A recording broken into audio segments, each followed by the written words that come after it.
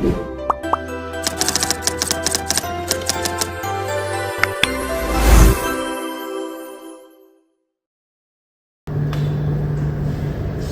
Assalamualaikum warahmatullahi wabarakatuh. Waalaikumsalam warahmatullahi wabarakatuh.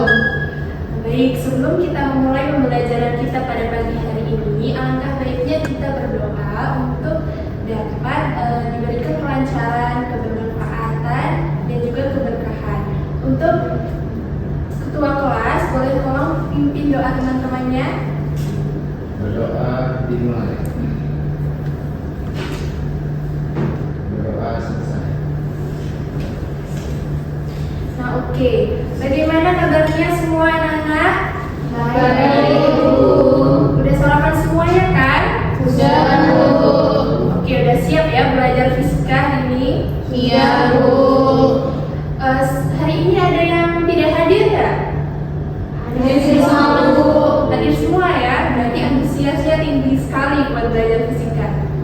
Nah, sebelum itu, sebelum kita mulai pembelajaran kita pada pagi hari ini, Ibu akan memberikan sebuah tayangan video kepada kalian. Jadi, Ibu minta kalian untuk menonton tayangan video tersebut.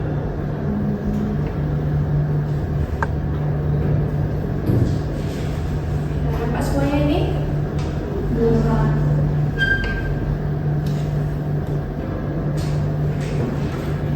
Perhatikan apa yang dilakukan oleh orang ini. Dia mengangkat sebuah mobil dengan menggunakan dompet hidrolik. Alat ini biasanya digunakan saat terjadi kebocoran ban pada mobil. Mobil sementara waktu harus diangkat untuk mengganti ban yang bocor. Jika kamu mengamati desain dompet tersebut, perbandingan ukuran antara mobil dan dompet sangatlah jauh berbeda. Dompet ukurannya sangat kecil, sedangkan mobil yang diangkat sangatlah besar. Nah, oke, udah lihat semuanya ya? Sudah, Bu. Oke, jadi Ibu mau tanya, apa yang udah kalian lihat di dalam tayangan video tersebut? Dompet hidrolik, betul sekali.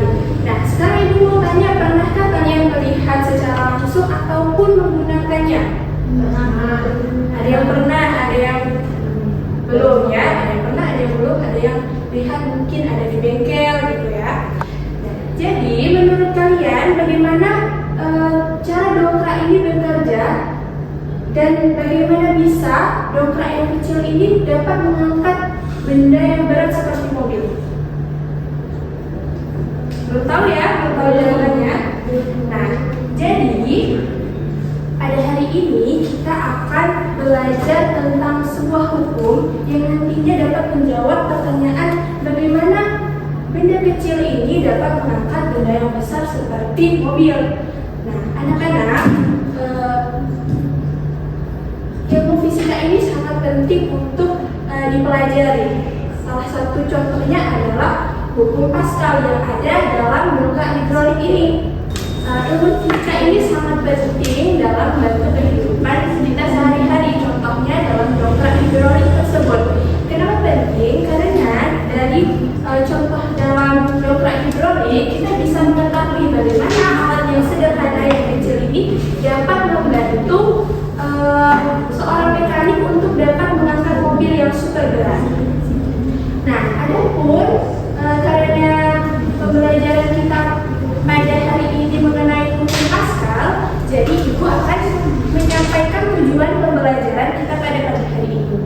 Yang pertama, peserta didik dapat menjelaskan konsep tekanan dalam fluida dan prinsip hukum Pascal. Yang kedua, peserta didik dapat memahami besaran-besaran fisika yang terkait dengan hukum Pascal. Dan tujuan pembelajaran yang terakhir, peserta didik dapat memberikan contoh penerapan hukum Pascal dalam kehidupan sehari-hari. Nah, kita langsung masuk pada materinya. Sebelum kita masuk pada materinya, kita harus mengetahui dulu dasar dari pengetahuannya. Nah, hukum Pascal ini sebaiknya kita mengetahui konsep tekanan dalam fluida. Tekanan dalam fluida itu didefinisikan sebagai perbandingan antara besar gaya yang bekerja pada suatu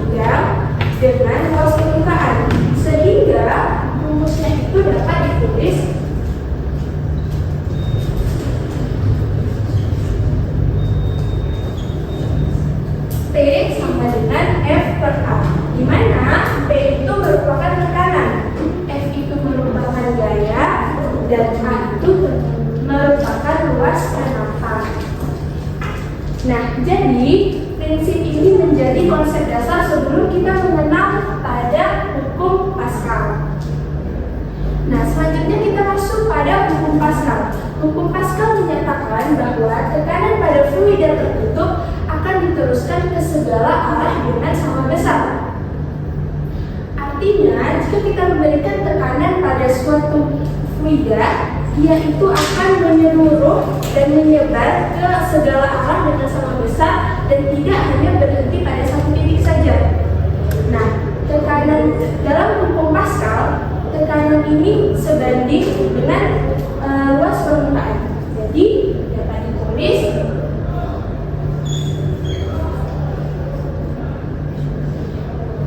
P1 sama dengan P2. Nah, sehingga rumusnya ditulis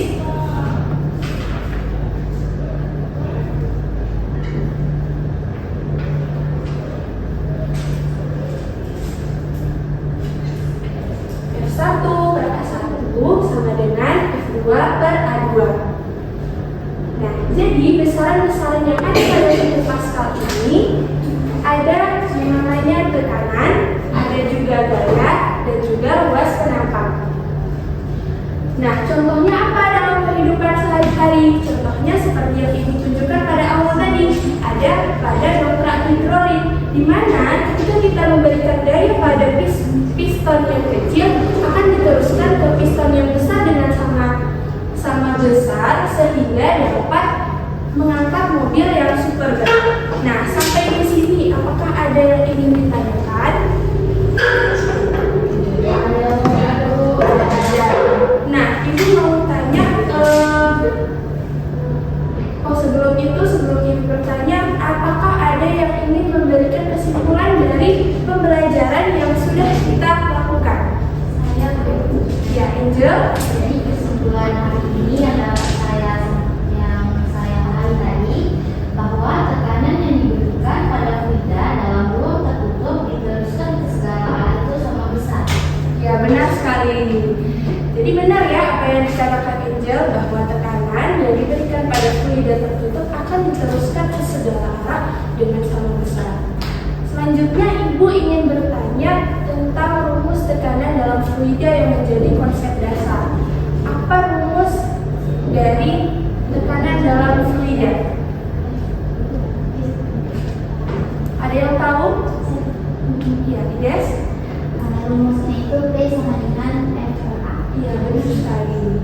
Jadi begitu ya pelajaran yang sudah kita pelajari pada hari ini.